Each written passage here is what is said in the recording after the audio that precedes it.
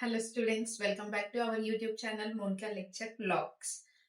In our YouTube channel, post graduate and under graduate కి సంబంధించిన ప్రతి ఫిజిక్స్ టాపిక్ అనేది చాలా సింపుల్ ఎక్స్ప్లెనేషన్ అండ్ నోట్స్ అనేది మన యూట్యూబ్ ఛానల్లోనైతే ఉంటుంది. ఈ రోజు మనం చెప్పుకోవాల్సిన టాపిక్ వచ్చేటప్పటికి ఏంటి అంటే స్పెరికల్ అబరేషన్. అసలు అబరేషన్ అంటే ఏంటి అనేది ఆల్రెడీ నేను ఇంట్రడక్షన్ పార్ట్ లోనైతే నేను చెప్పాను. చూసుకోలేని వారు ఎవరైనా ఉంటే నేను కింద పింక్ చేస్తాను, వెళ్ళి చూడండి.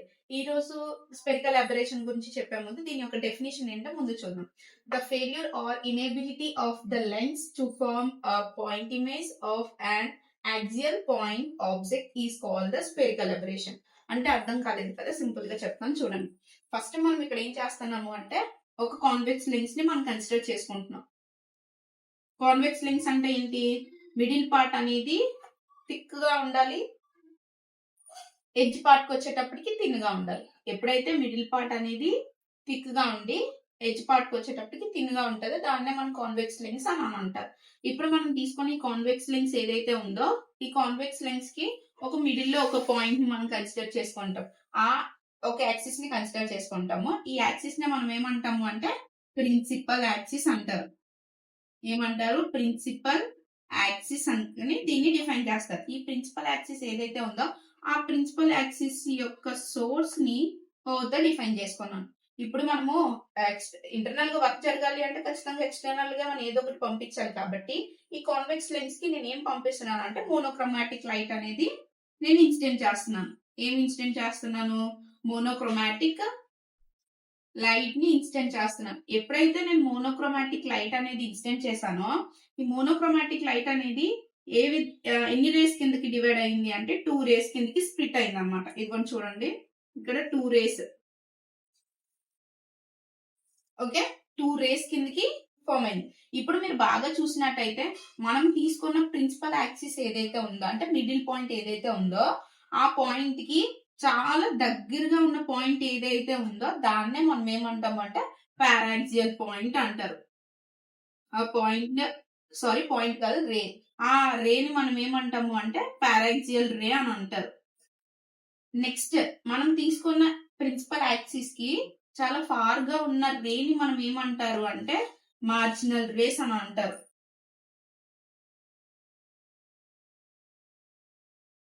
మార్జినల్ రేస్ అని అంటారు అనమాట.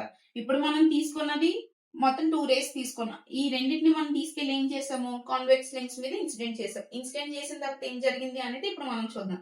ఎప్పుడైతే మనము కాన్వెక్స్ లెన్స్ మీద మనం ఇన్సిడెంట్ అనేది మోనోక్రోమాటిక్ లైట్ అనేది ఇన్సిడెంట్ చేసామో అప్పుడు మనకి ఇది ఎలా ఇన్సిడెంట్ అవుతుంది అంటే ఫస్ట్ మనం తీసుకున్న మార్జినల్ రే ఏదైతే ఉందో ఈ మార్జినల్ రే వచ్చేటప్పటికి కాన్వెక్స్ లెన్స్ కి చాలా దగ్గరగా పాయింట్ లోని మనకి ఫోకల్ పాయింట్ అనేది అయితే ఇన్సిడెంట్ అవుతుంది. ఇక్కడ ఇన్సిడెంట్ అయిన ఈ ఫోకల్ పాయింట్ ని మనం దేంతో డిఫైన్ చేస్తాము అంటే ఐఎం తో డిఫైన్ చేస్తారు. ఐఎం ఈజ్ నథింగ్ బట్ దీన్ని ఐఎం ని మనం ఏమంటామంటే ఫోకల్. దేనిది ఇన్సిడెంట్ అయింది? మార్జినల్ కాబట్టి ఫోకల్ మార్జినల్ పాయింట్. ఐఎం అంటే ఫోకల్ మార్జినల్ పాయింట్ అన్నమాట. నెక్స్ట్ వచ్చేటప్పటికి ఇంకా మనకి బ్యాలెన్స్ ఉన్నది ఏంటి? పారాక్సియల్ రేస్ అనేది బ్యాలెన్స్ ఉంది. ఈ పారాక్సియల్ రేస్ వచ్చేటప్పటికి ఇది ఏ విధంగా ఇన్సిడెంట్ అవుతుంది అంటే చూడండి, మనం తీసుకున్నది ఇక్కడ తీసుకున్నాము, చాలా నియర్ గా తీసుకున్నాం కాన్వెక్స్ లెన్స్ కి. బట్ ఇది దీని యొక్క ఫోకల్ లెంగ్త్ కి వచ్చేటప్పటికి ఫోకల్ పాయింట్ కి వచ్చేటప్పటికి ఎంత చాలా దూరంగా అంటే కాన్వెక్స్ లెన్స్ కి చాలా దూరంగా మనకి ఫోకల్ పాయింట్ అయితే ఇన్సిడెంట్ చేసింది. ఈ ఫోకల్ పాయింట్ మనం దేంతో డిఫైన్ చేస్తాము అంటే ఐపీతో డిఫైన్ చేస్తాం. ఐపీ అంటే ఏంటి? ఫోకల్ పారాక్సియల్ పాయింట్ అన్నమాట. ఇప్పుడు మనము డెఫినేషన్ ఏంటో చూద్దాం. ఇంతవరకు చెప్పింది డెఫినేషన్ కోసం చెప్పాను. అసలు ఏంటి అన్న మ్యాటర్ ఏంటో చూద్దాం. ఇప్పుడు మనం తీసుకున్నది ఒక పాయింట్ ఆబ్జెక్ట్ ని మనం కన్సిడర్ చేసుకున్నాం. జనరల్ గా మనం ఒక పాయింట్ ఆబ్జెక్ట్ తీసుకుంటే మనకి వచ్చే అవుట్పుట్ ఎలా ఉండాలి? పాయింట్ ఇమేజ్ అయ్యి ఉండాలి. బట్ మనం తీసుకున్నది ఇక్కడ పాయింట్ ఆబ్జెక్ట్. బట్ మనకి వచ్చిన ఇమేజెస్ ఏవైతే ఉన్నాయో అదేంటి? ఒకటి ఫోకల్ మార్జినల్ పాయింట్ ఒకటి ఫామ్ అయింది, ఫోకల్ పారాక్సియల్ పాయింట్ అనే ఫామ్. మనం తీసుకున్నది పాయింట్ ఆబ్జెక్ట్, మన పాయింట్ ఇమేజ్ అనేది ఫామ్ అవ్వాలి. కానీ ఇక్కడ మనకు వేరే టూ పాయింట్స్ అనేది ఫామ్ అయ్యాయి. కాబట్టి ఇక్కడ మనకి పాయింట్ ఆబ్జెక్ట్ అనేది పాయింట్ ఇమేజ్ అనేది మనకు ఫామ్ చేయలేదు. అదే కదా అబరేషన్ అంటే. అబరేషన్ అంటే మీకు ఏమని చెప్పాలి నేను డెఫినిషన్? ఏదైనా అందులోని ఏదో ఒకటి లోడ్ జరిగి ఉండాలి. ఇక్కడ ఏమైంది? పాయింట్ ఆబ్జెక్ట్ తీసుకున్నాము. పాయింట్ ఇమేజ్ ఫార్మ్ అవ్వలేదు. దాన్ని అబరేషన్, దాన్ని మనం స్పెరికల్ అబరేషన్ అని అంటారు. ఇప్పుడు మన డెఫినిషన్ చూడండి. The failure or inability of the lens to form a point image of an axial point object is called the spherical aberration.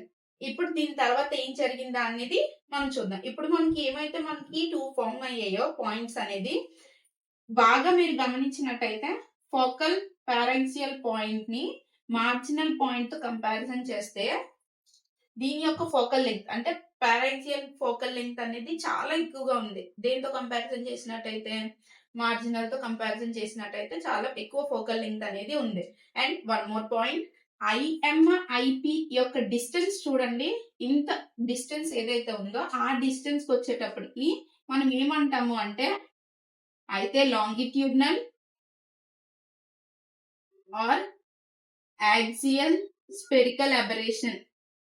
Longitudinal spherical aberration అని అనొచ్చు, or else it is also known as a axial spherical aberration. దేన్ని IM నుంచి ఐపీకి ఉన్నంత distance ని మనం అంటారు. ఇప్పుడు అది కాకుండా ఇప్పుడు మనము ఐఎం ఐపి అనేది ఏదైతే పాయింట్ తీసుకున్నామో ఆ పాయింట్ కి మిడిల్ లో నేను ఏం చేశాను అంటే ఒక స్క్రీన్ ని కన్సిడర్ చేశాను. ఆ స్క్రీన్ యొక్క పాయింట్ ని ఏ బి కిందకి డిఫైన్ చేశాను. ఏబి అనే పాయింట్ ని నేను కన్సిడర్ చేసుకొని దీనికి ఒక స్క్రీన్ ని ఏర్పాటు చేశాను. ఎప్పుడైతే మనం స్క్రీన్ అనేది తీసుకుంటామో ఆ స్క్రీన్ ని ఇక్కడ ప్లేస్ చేసినప్పుడు ఐఎం కి ఐపీకి మధ్యలో స్క్రీన్ అనేది ప్లేస్ చేసినప్పుడు అది ఏ విధంగా వస్తుంది అంటే ఒక సర్క్యులర్ ఫామ్ లోని ఫామ్ అవుతుంది. అది ఏ విధంగా ఫామ్ అవుతుంది? ఒక సర్క్యులర్ ఫామ్ లో ఫామ్ అవుతుంది. కాబట్టి ఆ పాయింట్ నే మనం ఏమంటాము అంటే సర్కిల్ ఆఫ్ లీస్ట్ కన్ఫ్యూషన్ అని అంటారు. సర్కిల్ ఆఫ్ లీస్ట్ కన్ఫ్యూషన్ అంటే ఏంటి అంటే మనం స్క్రీన్ అనేది ప్లేస్ చేసినప్పుడు ఆ ఇమేజ్ అనేది మనకు ఒక సర్కిల్ షేప్ లోని కనిపిస్తుంది అనమాట. అండ్ ఈ సర్కిల్ యొక్క రేడియస్ కి వచ్చేటప్పటికి మనం దాన్ని లాటరల్ స్పెరికల్ అబరేషన్ అని అంటారు. మీరు బాగా గుర్తుపెట్టుకోండి, లాంగిట్యూడినల్ స్పెరికల్ అబరేషన్ అంటే డిస్టెన్స్ ని డిఫైన్ చేస్తుంది. అదే ఈ సర్కిల్ యొక్క రేడియస్ ని డిఫైన్ చేసే దాన్ని మనం ఏమంటాము అంటే లాటరల్ అని అంటారు. Lateral spherical aberration. Lateral spherical aberration అంటే ఆ సర్కిల్ యొక్క రేడియస్ ని లాటరల్ స్పెరికల్ అబరేషన్ అని అంటారు. అండ్ ఈ ఐఎం నుంచి ఐపీకి ఉన్నంత డిస్టెన్స్ ని లాంగిట్యూడినల్ స్పెరికల్ అబరేషన్ అయినా అనొచ్చు, or else it is also known as axial spherical aberration. ఇక్కడతోటి దీని యొక్క ఎక్స్ప్లెనేషన్ అయితే అయ్యింది. దీని యొక్క నోట్స్ ప్రెజెంటేషన్ ఎలా ఉంటుంది అనేది మనం spherical aberration. The failure or inability of the lens to form a point image of an axial point object is called the spherical aberration. అంటే మనం పాయింట్ ఆబ్జెక్ట్ తీసుకున్నట్టయితే మనకు పాయింట్ ఇమేజ్ రావాలి, కానీ ఇక్కడ పాయింట్ ఇమేజ్ రాలేదు కాబట్టి దాన్నే మనం ఏమంటాము స్పెరికల్ అబరేషన్ అని అంటారు. Next, consider a point source O. O అనే ఒక పాయింట్ సోర్స్ ని మనం కన్సిడర్ చేసుకున్నాం. అక్కడ ఏం పంపించాము? మోనోక్రోమాటిక్ లైట్ అనేది మనం ఇన్సిడెంట్ చేస్తే మనకి 2 రేస్ అనేది ఫామ్ అయింది. అదే చూడండి. Consider a point source O of monochromatic light placed on the principal axis as shown in the above figure. The rays which near to the principal axis is called paraxial rays. The rays which are far to the principal axis is called the marginal rays. అంటే మనం తీసుకున్న principal axis కి ఏదైతే దగ్గరగా ఉంటుందో దాన్ని పారాక్సియల్ race అని అన్నాం. ఏదైతే ప్రిన్సిపల్ యాక్సిస్ కి దూరంగా ఉంటుందో దాన్ని మార్జినల్ రేస్ అని. The focal length of marginal zone is less than the paraxial zone is less. Focal length rays are focused first. The focal length of the paraxial zone is greater than marginal zone. మనం ఇక్కడ చూసుకున్నట్టయితే marginal zone, పారాక్సియల్ zone చూసినట్టయితే పారాక్సియల్ zone వచ్చేటప్పటికి చాలా greater గా ఉంటది comparing to the marginal rays. Marginal zone నుంచి paraxial zone అనేది చాలా ఎక్కువగా ఉంటది అనమాట. From according to the diagram మీరు చూసినట్టయితే మీకు అర్థమవుతుంది. Next, when a monochromatic light is focused on the lens, then the light rays form the marginal zone forms their image near the lens at the point IM. First మనం తీసుకున్న marginal race ఏదైతే ఉందో marginal race వచ్చేటప్పటికి మనకి ఈ convex lenses కి చాలా దగ్గరలోని మనకి పాయింట్ అనేది ఫామ్ అయింది, మార్జినల్ జోన్ అనేది ఫామ్ అయింది. ఏ పాయింట్ కి? ఐఎం అనే పాయింట్ కి ఫామ్ అయింది. ఐఎం అంటే ఆల్రెడీ మీకు చెప్పాను ఏమని, ఫోకల్ మార్జినల్ పాయింట్ అని చెప్పాను. Next, the light rays from the paraxial zone from there image far to the lens at a point IP. Next మనం తీసుకున్న పారాక్సియల్ జోన్ అనేది ఎక్కడ ఫామ్ అయింది? ఐపి అనే పాయింట్ దగ్గర. The distance between IM and IP is called the longitudinal or axial spherical aberration. ఇప్పుడు మనం తీసుకున్న ఐఎం అండ్ ఐపి యొక్క డిస్టెన్స్ ని మనం ఏమని చెప్పాము? యాక్సియల్ స్పెరికల్ అబరేషన్ అని చెప్పారు. యాక్సియల్ స్పెరికల్ అబరేషనే కాకుండా దీన్ని లాంగిట్యూడినల్ స్పెరికల్ అబరేషన్ అని కూడా అంటారు. If the screen AB is moved between the IM and IP at the particular point, the image on the screen appear as the small circle is called the circle of least confusion. ఇప్పుడు మనం తీసుకున్నది ఇక్కడ AB అనే point అనేది మనం consider చేసుకున్నట్టయితే, screen consider చేసినట్టయితే, దాన్ని కొంచెం మనం మూవ్ చేస్తే మనకి ఏమవుతుంది అంటే సర్క్యులర్ ఆఫ్ లీస్ట్ కన్ఫ్యూషన్ అనేది ఫామ్ అవుతుంది అనమాట. ఆ సర్కిల్ ని మనము సర్క్యులర్ ఆఫ్ లీస్ట్ కన్ఫ్యూషన్ అని అంటారు. The radius of the circle of least confusion is called as the lateral spherical aberration. Lateral spherical aberration అని దేన్ని అంటాము? ఈ సర్కిల్ యొక్క రేడియస్ ఏదైతే ఉందో దాన్నే మనం ఏమంటామంటే లాటరల్ స్పెరికల్ అబరేషన్. బాగా గుర్తుపెట్టుకోండి, దీని యొక్క సర్కిల్ యొక్క రేడియస్ ని లాటరల్ స్పెరికల్ అబరేషన్ అని అంటారు. అదే ఐఎం నుంచి ఐపి యొక్క డిస్టెన్స్ వచ్చేటప్పటికి ఏమంటామంటే లాంగిట్యూడినల్ స్పెరికల్ అబరేషన్ అని అంటారు అనమాట. Last point, the spherical aberration produced by a concave lens is the negative while the convex lens is positive. మనకి స్పెరికల్ అబరేషన్ అనేది ప్రొడ్యూస్ అవుతుంది ఎప్పుడంటే కాన్కేవ్ లెన్స్ అనేది ఎలా ఉండాలి? నెగిటివ్ లో ఉండాలి. ఐ మీన్ కాన్కేవ్ లెన్స్ అనేది నెగిటివ్ లో ఉన్నట్టయితే కాన్వెక్స్ లెన్స్ ఎలా ఉండాలి? పాజిటివ్ లో ఉండాలి. ఇక్కడ వరకు మీకు స్పెరికల్ అబరేషన్ అనేది అయ్యింది, కానీ దీని యొక్క మినిమైజేషన్స్ కూడా మనకి ఎగ్జామినేషన్ లో అడుగుతారు కాబట్టి మినిమైజేషన్స్ కూడా చూద్దాం. ఇప్పుడు దీని యొక్క మినిమైజేషన్స్ చూద్దాం. Minimisations of spherical aberration by using stops use చేసుకుంటూ కూడా మనం స్పెరికల్ అబరేషన్ ని మనం మినిమైజ్ అనేది చెయ్యొచ్చు. అదే విధంగా చెయ్యొచ్చు అనేది ఫస్ట్ చూడండి. By using the stop spherical aberration can be minimised because the stops are allowed only paraxial rays or marginal rays, so we can obtain a point image అన్నారు. మనకి స్పెరికల్ అబరేషన్ అనేది మనకి ఏం చెప్పలేదు, పాయింట్ ఆబ్జెక్ట్ అనేది మనం తీసుకునేటప్పుడు point image అనేది ఫామ్ చేయాలి, కానీ అది ఫామ్ చేయలేదు అనమాట. ఇప్పుడు మనం ఒకవేళ మనము ఈ స్టాప్ ని యూజ్ చేసినట్టయితే పాయింట్ ఆబ్జెక్ట్ ఏదైతే ఉందో దాన్ని పాయింట్ ఇమేజ్ కిందకి మనం చేయగలము అని చెప్పేసి చెప్తున్నాడు. అదే విధంగా అనేది నేను చెప్తాను చూడండి. ఫస్ట్ మనం కాన్వెక్స్ లెన్స్ అనేది మనం కన్సిడర్ చేసుకున్నాము. అవునా, ఈ కాన్వెక్స్ లెన్స్ కి మనం ఏం పాస్ చేసాము? మోనోక్రోమాటిక్ అనేది పాస్ చేసాం. ఫామ్ చేయడం వల్ల మనకి ఎన్ని రేస్ ఫామ్ అయ్యాయి? 2 రేస్ అనేది ఫామ్ అయింది. ఒకటి పారాక్సియల్, ఇంకోటి మార్జినల్. ఇప్పుడు వీడు ఏం చెప్తున్నాడు అంటే ఇప్పుడు స్టాప్ అనేది పెట్టుకోవాలి అని చెప్పారు. ఇలా స్టాప్ అనేది మనం తీసుకున్నాం అనుకోండి, ఒకవేళ నేను స్టాప్ అనేది మార్జినల్ దగ్గర తీసుకున్నాను అంటే లాస్ట్ పారాక్సియల్ కి అంటే ప్రిన్సిపల్ యాక్సిస్ కి ఫార్ గా ఉన్నదానికి తీసుకున్నాను. స్టాప్ అనేది తీసుకోవడం వల్ల ఇంకేమి ఇన్సిడెంట్ అవుతుంది? ఎందులోకి? కాన్వెక్స్ లెన్స్ లోకి పారాక్సియల్ రేస్ అనేది ఇన్సిడెంట్ అవుతుంది. ఇన్సిడెంట్ అయ్యి మనకి ఒక్క పాయింట్ ఇమేజ్ నే కదా మనకి ఫామ్ చేస్తుంది. ఈ విధంగా అవుతుంది అని చెప్పారు. ఒకవేళ మనము స్టాప్ అనేది పారాక్సియల్ లో పెట్టామే అనుకోండి, పారాక్సియల్ లోని స్టాప్ అనేది మనం కన్సిడర్ చేస్తే ఏమి ఇన్సిడెంట్ అవుతుంది? మార్జినల్ అనేది ఇన్సిడెంట్ అయ్యి పాయింట్ ఇమేజ్ ని క్రియేట్ చేస్తుంది. అంటే మనం by using the stops spherical aberration ని మినిమైజ్ చేయొచ్చు కదా. ఇది ఫస్ట్ వన్. సెకండ్ వన్ చూద్దాం. By using 2 suitable lens in contact. In convex lens, the marginal image IM lies towards the left of paraxial image IP, while in case of a concave lens, the marginal image IM lies towards the right of the paraxial image IP అన్నారు. అంటే 2 suitable lenses అని మనం consider చేసుకొని కూడా ఈ spherical aberration ని minimise చేయొచ్చు అని చెప్పారు. లైక్ ఎలా అంటే ఫస్ట్ మనము కాన్కేవ్ లెన్స్ ని కన్సిడర్ చేద్దాం. This is the concave lens. ఈ కాన్కేవ్ లెన్స్ కి కాన్వెక్స్ లెన్స్ కూడా మనం ఇలా 2 సూటబుల్ లెన్సెస్ ని మనం కన్సిడర్ చేస్తే మనకి వచ్చిన పాయింట్స్ ఫిగర్ లో ఏమేమి వచ్చింది? ఐఎం అండ్ ఐపి వచ్చింది. అవునా, అంటే మార్జినల్ ఇమేజ్ ఒకటి, పారాక్సియల్ ఇమేజ్ ఒకటి వచ్చింది. ఈ మార్జినల్ ఇమేజ్, పారాక్సియల్ ఇమేజ్ అనేది కాన్వెక్స్ లో ఎలా ఉంటుంది అంటే మార్జినల్ ఇమేజ్ అనేది పారాక్సియల్ కి లెఫ్ట్ లో ఉంటుందంట. ఓకే, అదే కాన్కేవ్ వచ్చేటప్పటికి ఎలా ఉంటుంది అంటే పారాక్సియల్ కి రైట్ సైడ్ లోని మార్జినల్ ఇమేజ్ అనేది ఉంటుంది అని చెప్పారు.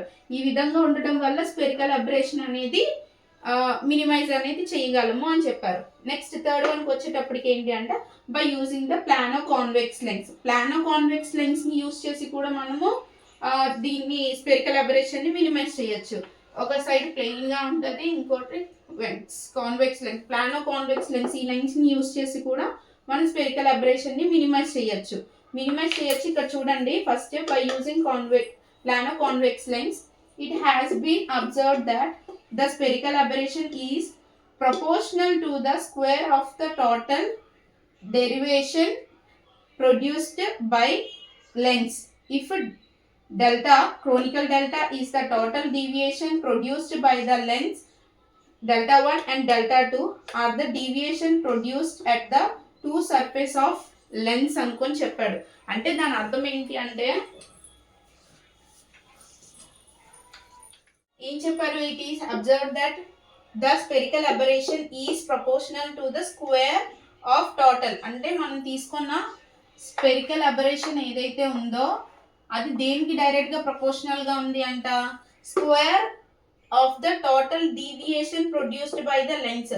లెన్స్ నుంచి ప్రొడ్యూస్ అయిన మొత్తం అంతా డీవియేషన్ అనేది దేంతో డినోట్ చేశారంటే ఇక్కడ డెల్టాతో డిఫైన్ చేశారు. ఆ డెల్టా స్క్వేర్ లో టోటల్ స్క్వేర్ అన్నమాట. అది అంటే డెల్ స్క్వేర్ కిందకి రాసుకున్నారు, డెల్టా స్క్వేర్ కిందకి రాసుకున్నారు. ఇవన్నిటికీ మనం తీసుకున్న స్పెరికల్ అబరేషన్ అనేది డైరెక్ట్ గా ప్రపోర్షనల్ లో ఉంది అని చెప్పారు. దాని తర్వాత నెక్స్ట్ పాయింట్ లో వాళ్ళు ఏం చెప్పారు అంటే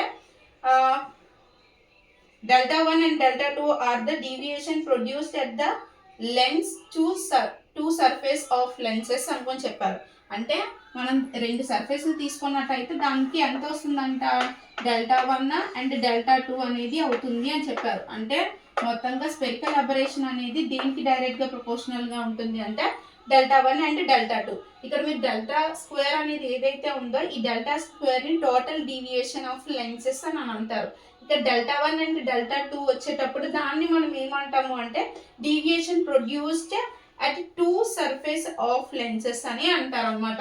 ఇప్పుడు మనకి స్పెరికల్ అబరేషన్ అనేది మినిమైజ్ అనేది అవ్వాలి అంటే ఇక్కడ మనం చూసాం కదా, డెల్టా 1 అనేది డెల్టా 2కి ఈక్వల్ అయినట్టయితే మనకి స్పెరికల్ అబరేషన్ అనేది మినిమైజ్ అవుతుంది.